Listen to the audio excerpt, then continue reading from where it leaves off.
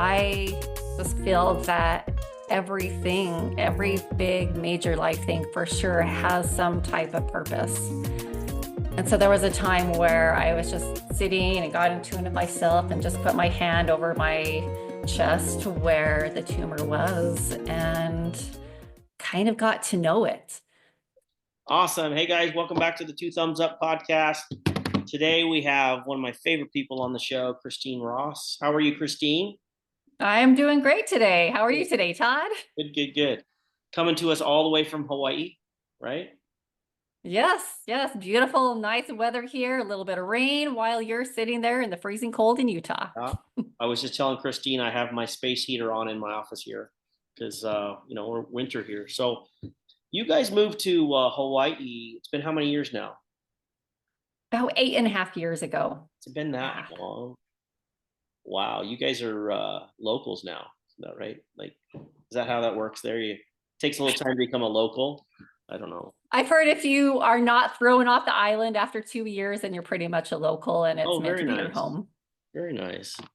So, I've been friends for a long time. You raised your kids partially here in Utah, just in Saratoga Springs where I live, and we got to be friends through impact trainings and different, and then friends through friends.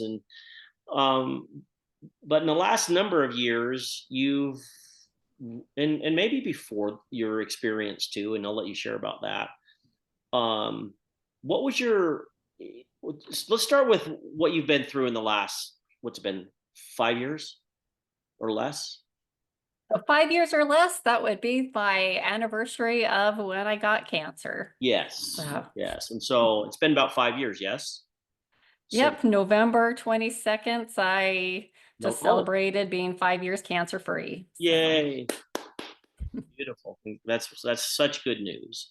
And we're going to dive into this a little bit. But if you don't mind, let's kind of go beyond 5 years and look back at where you grew up and what you're, and maybe just sort of share about some of those things about, and then you're, moving up to that 5 year mark, where, you got this diagnosis and sort of turned your life on its head. So yeah, where did you grow up? I don't even know that.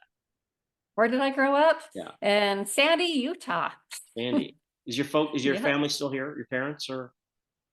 My parents are in Draper now. My brother just moved to Oahu, so he's just, a short plane ride away from me. So that's great. Yeah. And I look forward to going visiting him more often. But so they're all here. And so you went to high school in Sandy and got married. Where did you meet Travis? Okay, that could either be a long or a very short story. So I was going to Hillcrest, I was dancing, and I met a guy that I wasn't too drawn to, but hey, for fun, I said, yeah, I'll go out with you, but on the condition that one of my friends goes with one of your friends, because I just felt more like a group date seemed to make more sense. And so I set my friend up with who is his friend, which was Travis. So very cool. So it worked out. From there, I met Travis and he called me a few times to get my friend's number, and we went to a dance. So we had, those high school dance pictures. Right. To get her dance. But we just ended up talking, and he didn't realize that I was flirting with him every single conversation, and he didn't want to betray his friend because, the whole bro code type thing or whatever. So I asked Travis out, and, it led from there. And now 30 years later, we're still happily married. Yeah, so. That's beautiful. Yeah, is he a Sandy kid too? He grew up in No, nope. He is a West Side hick. Oh, he's West Side. Yeah. Yep, he grew up in Riverton, moved to Harriman, and went to Bluffdale. Yeah, cool. And you guys been together 3 years, raised your children here, and then you moved to Hawaii. And I've told you this 100 times. I'm like, that's super inspiring. I like when you guys were telling us you were going, I'm like, oh, that's so awesome. And you guys just flourished. And which part of Hawaii are you guys in, so everybody knows? So we are on the Big Islands, but not the sunny, dry Kona side. We're over where it rains on the Hilo side. But oh, we love being here and just the amount of connection that we experience with nature, from the volcano going off to the rain and the greenery, that Yeah. there's just so much to connect here. And we just have gratitude and love every single day here. And you've started a podcast. I mean, I was on the podcast a few months back. It's Radiate Health. Yes, that's the name of the podcast. Radiate health and wellness. Health and wellness. And so, and I've seen you've had a number of guests on there, and you're kind of diving in that. How's that been going for you? Oh, it's been fun. It's been a journey. It's been so much fun having different guests on, learning, as well as sharing my experience. But the biggest take is when I get some feedback that somebody was really looking for this message and it brought inspiration, it turned somebody else's life around. I love it. And that's why I'm doing it, to be able to just offer some type of inspiration that can turn someone's life around to where they can radiate health and wellness. And so 5 years ago, well, Mhm. when was your diagnosis? Was it 6 years ago? Was it when was your Nope, actual diagnosis? 5 years ago. Yep. 5 years ago is November 22nd. So you're living, October 3rd was a diagnosis, 22nd, it was out of me. yeah. So you're living your life in Hawaii. Had been there for a couple years, and what were you experiencing, and what made you go, I got to go get something checked out? How did that all unfold? Well, I had had that Noah lump in me for probably 2 years. And, I was in tune with myself. I was in shape. I ate what I thought was healthy foods. Mhm. And I just said to myself, I would know if this was more than just a lump. Where did Now you I had notice it first? had Which part of your body was it in? my breast. Mhm. And So, but did I you had feel it on the had a, side? I mean, just so women know, just so uh-huh. women know, because I've actually recently talked to some buddies of mine who their wives are experiencing some of the similar, that literally just, and it's kind of, and I think it's important for their their partner to to be aware of these types of things as well, because I'm sure Travis got a blast from the outs. It's like, oh, this is happening to us. And so tell us, is it, you knew it was there? Was it growing? Was it changing? What made I you? felt it was definitely growing, but I had Mhm. had one before when I was only like 17 years old, and it was benign. It was nothing. So I told myself, this isn't painful, nothing's coming from it. But after about 2 years of knowing that it was there, I could feel it growing. And if nothing else, I went to my doctor and just said, you know what? Let's just get this taken out just Right, because, hey, I just joked with him. I don't want to be growing a third boob because I right. felt that it was growing. But he didn't laugh. He took it just very serious and said, we get to get you in for images right away. But to where you were asking, as far as others that might be showing signs, there wasn't any signs. There was the lump, no pain, nothing else. You felt good. Energy was good. I And so, mean, I was having lower energy, but also, I mean, that kind of happens with life, right? And with right. aging.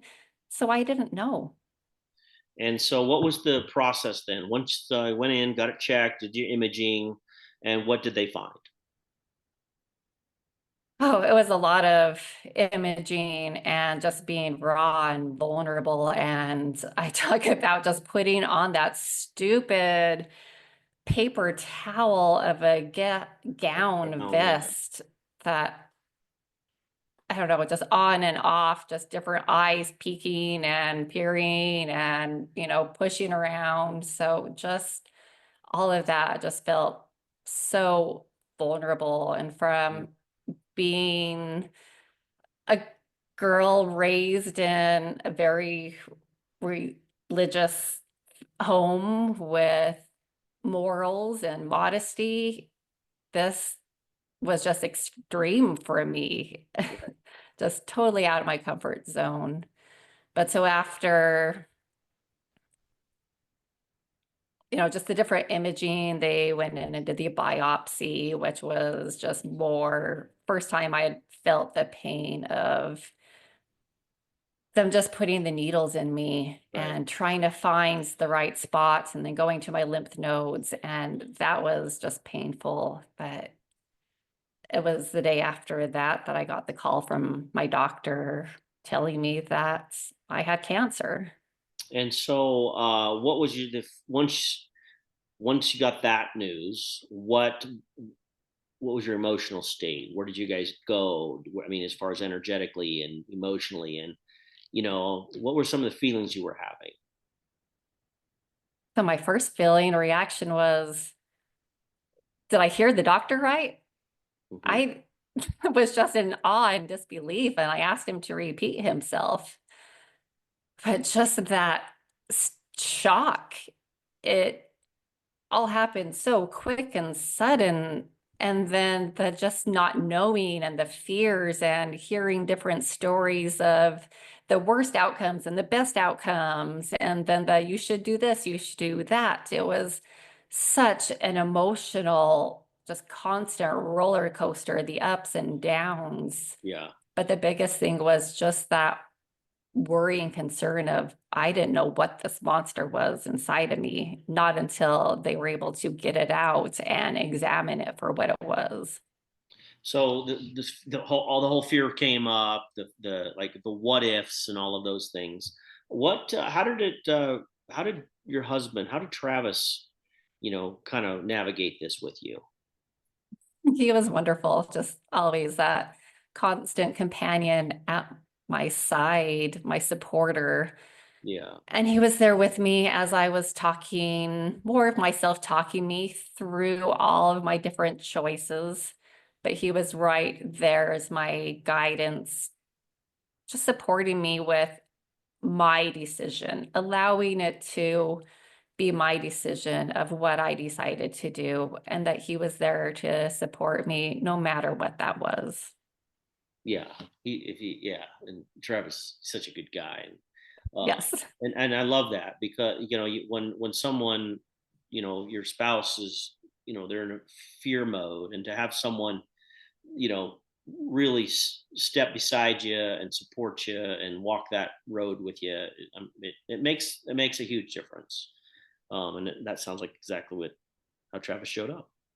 But it was tough for him too. I mean, Yeah. you could ask him and the different emotions and the fears and stuff that he had from the different perspective of being the one that his life changed too, because his wife had breast cancer.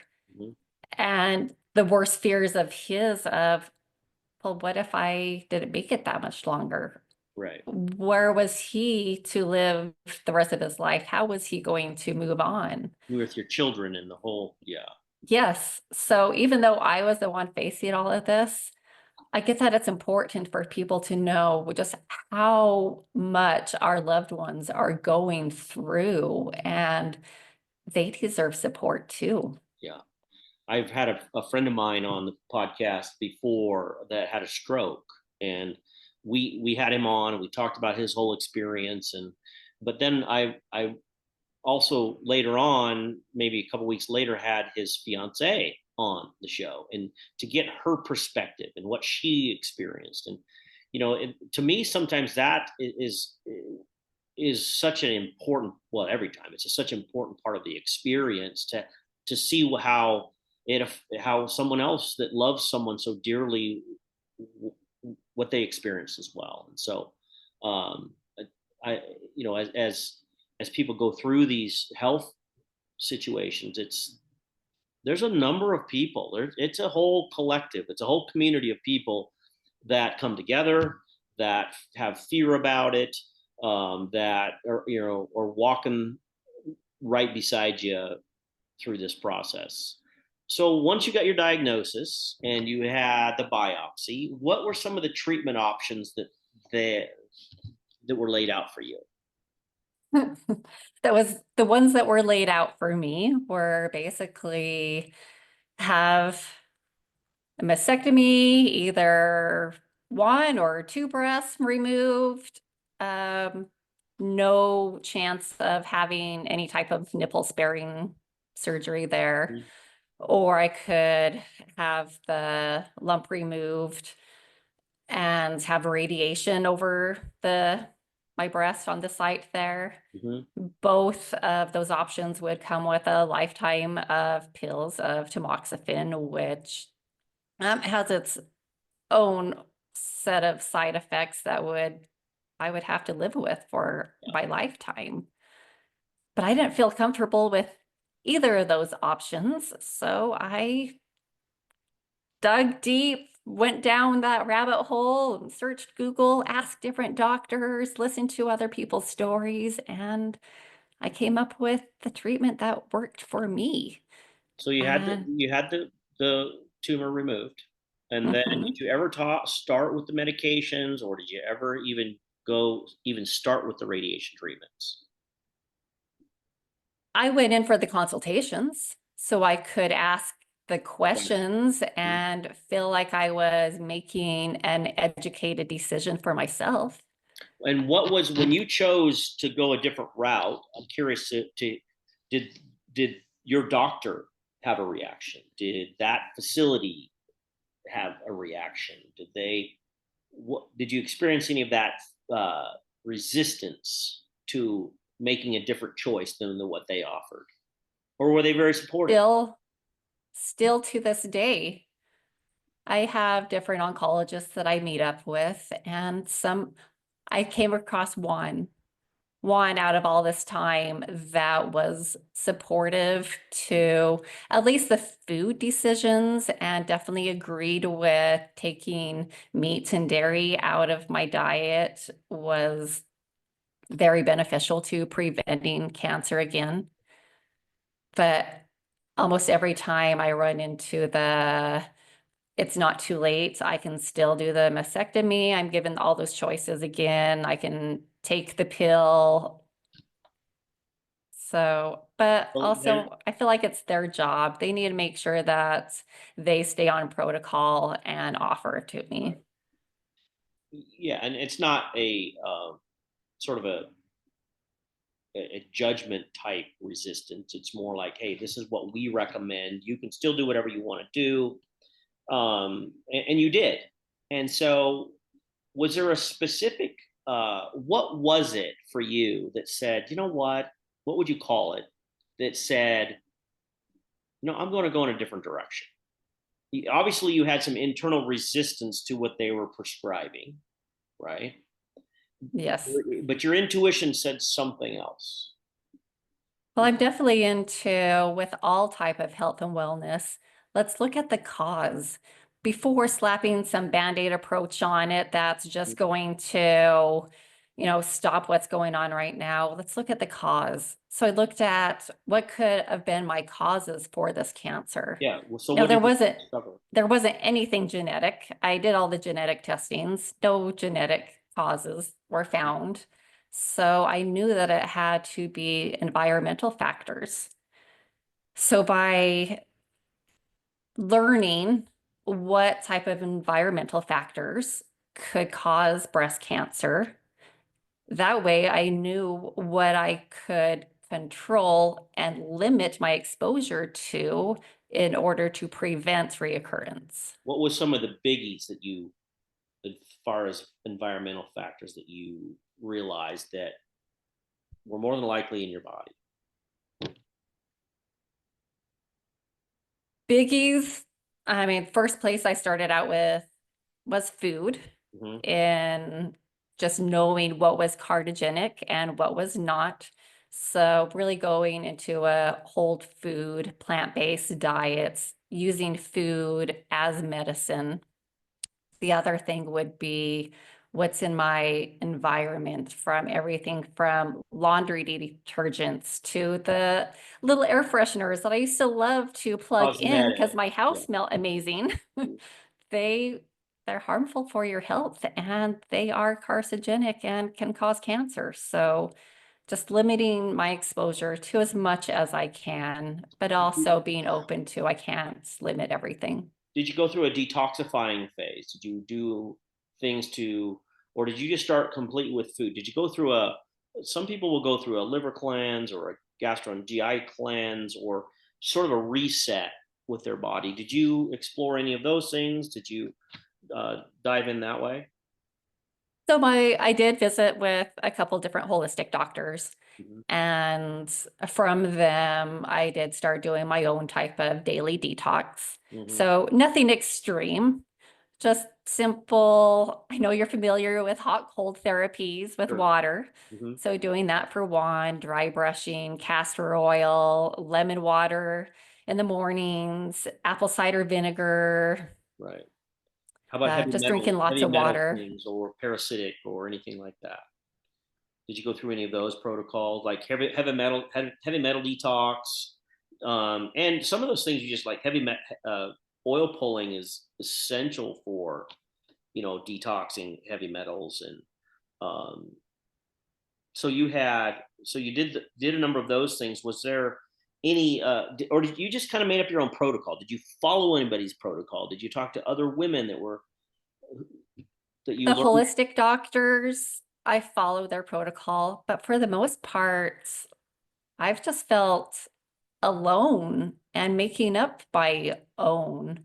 And that's part of my reason for getting my voice out there and being heard, because I don't want others to feel alone. Please know that, hey, I've been there. Ask me some questions. You don't have to go through this alone. Right. So you've changed your whole way of eating and your whole way of what you put in your body and your home and your environment. What would you recommend to people that are, maybe they don't have a full-blown diagnosis, but they're health conscious, they would love to radiate health and wellness? What would you tell people, maybe the first 4 or 5 things that they could shift in their life to really, start being accountable to their health? What would you say? Well, I did write a book about this. Tell us about that book. So health beams. So beams is an acronym. So that's your 5 things right there. B is for balanced nutrition. So start with that. Just and do figure out what works for you as far as nutrition. So balanced nutrition, then E is enjoyable exercise. Find some type of activity, movements you can do every single day that you enjoy, that you love doing, that you can sustain for a lifetime. So then A is aloha friends. That's your Mm, community. That's the friends that have that energy, that aloha spirits that is just undescribable, that you know you can count on rain or shine any time of day. yeah. And then M is mindful living, just to be mindfulness in everything you do. Be conscious of what you're putting into your body, what you're doing with your body, your reactions, just being mindful. And then the last one is S for sustainable lifestyle, to make sure that what you are doing is sustainable. So you can really have these habits. They're not a short-term quick fix diet. It's something that can be sustainable for a lifetime. So that's my 5 things. Yeah, with the balance, let's go back there for a second. You mentioned that a diet that works for you.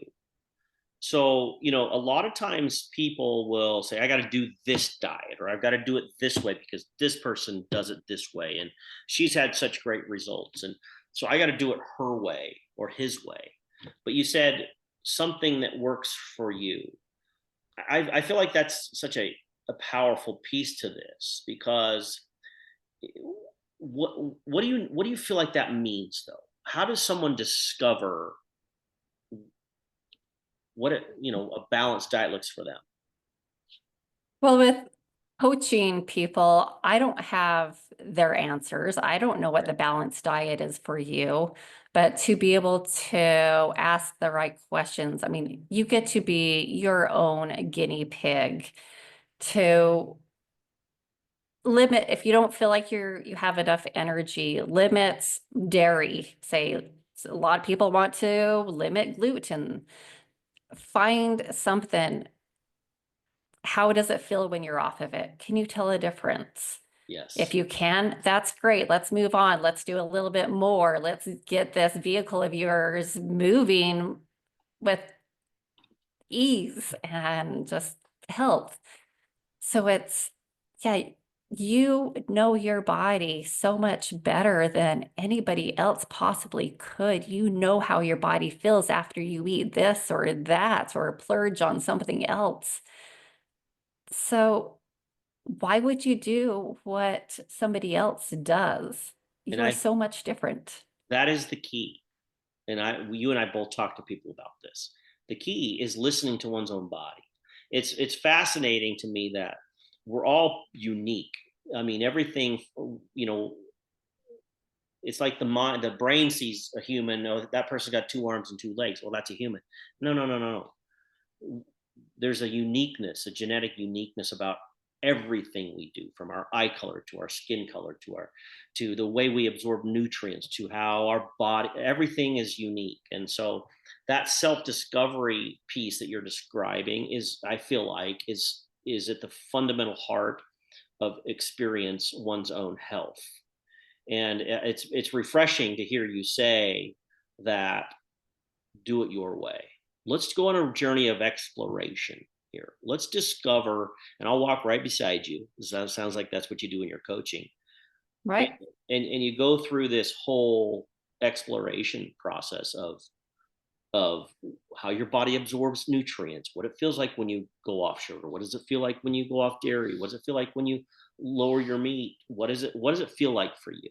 And so as that happens, I feel like, and people realize that, it's opening up this beautiful these Pandora's box of possibilities for that person, instead of saying, oh, this doctor says it, and it's all over social media. Yes, it's like, oh, this guy says do this and this gal says do this, and it's like, well, I'd like to know what you say, you know.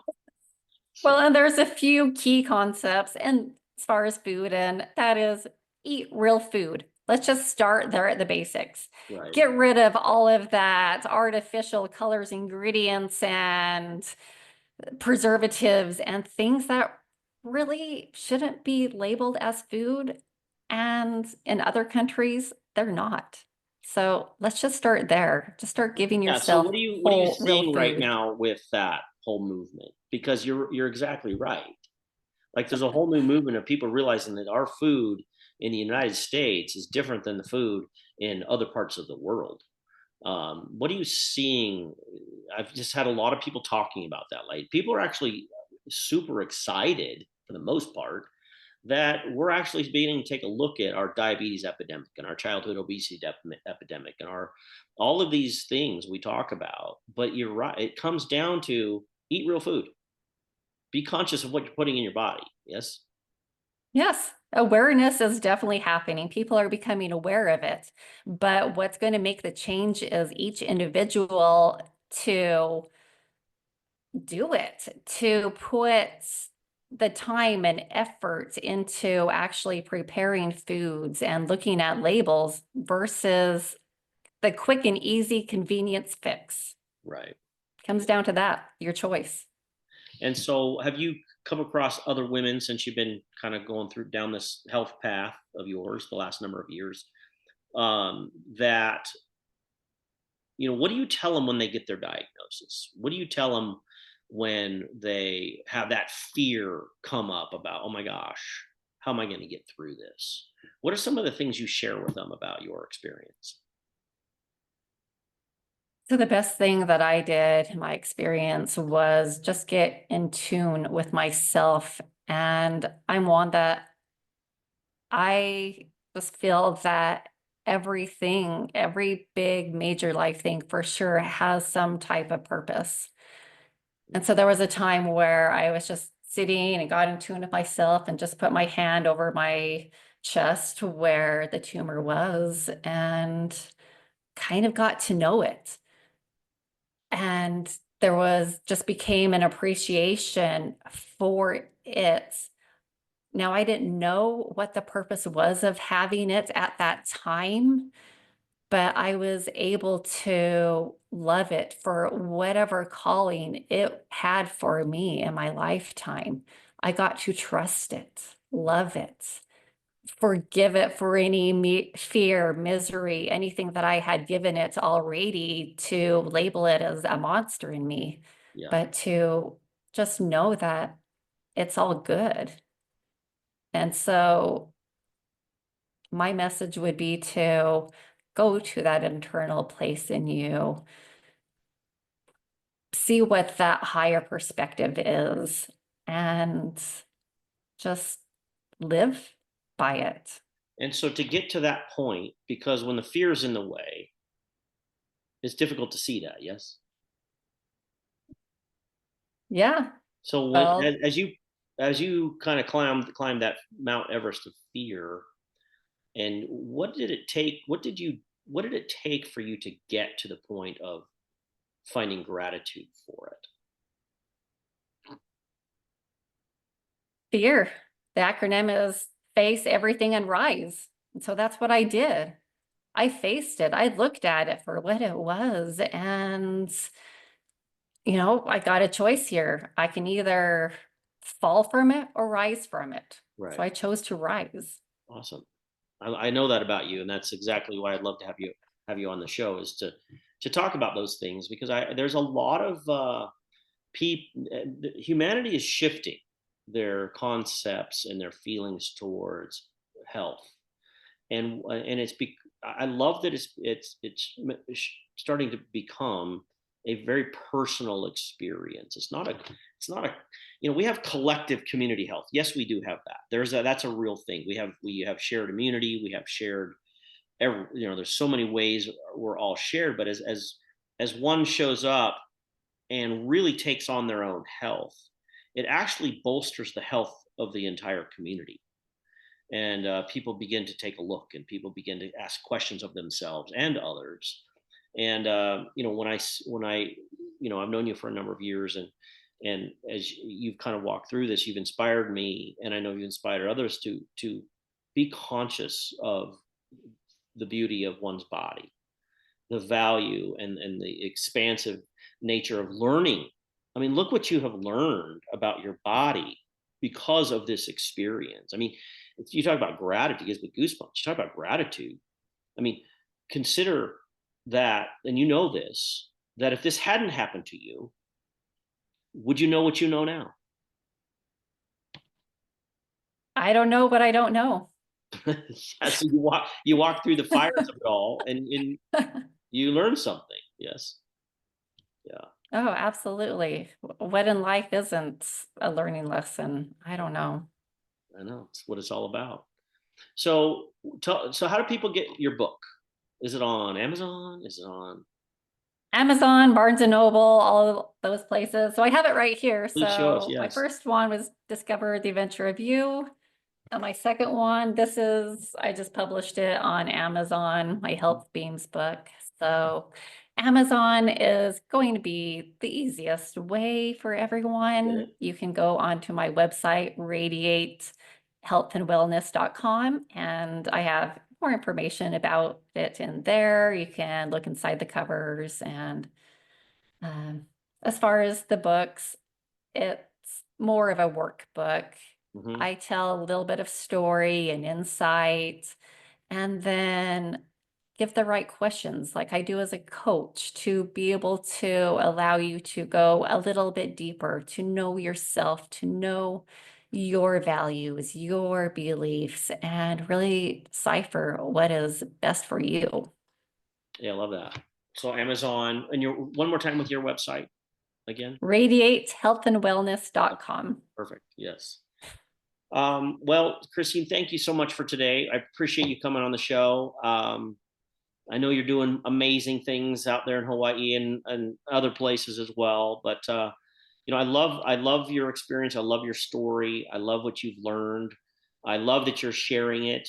And you're part of an amazing community and there's actually becoming millions of people like you that are health conscious, that have learned some things through walking through some heavy times, and that are standing to do something different, to own one's voice, and to say, hey, there's other beautiful ways to experience life, and to experience one's health, and to experience one's body. And so I'm super grateful for that. So Yeah, well, thank you so much for having me on. I fun. definitely appreciate all you do and what you put out into the world. So thank you, Todd. And we'll stay in touch, and we'll keep going. Perfect. Okay, tell Travis hello. 2 thumbs up. Thanks, son. Talk to you soon.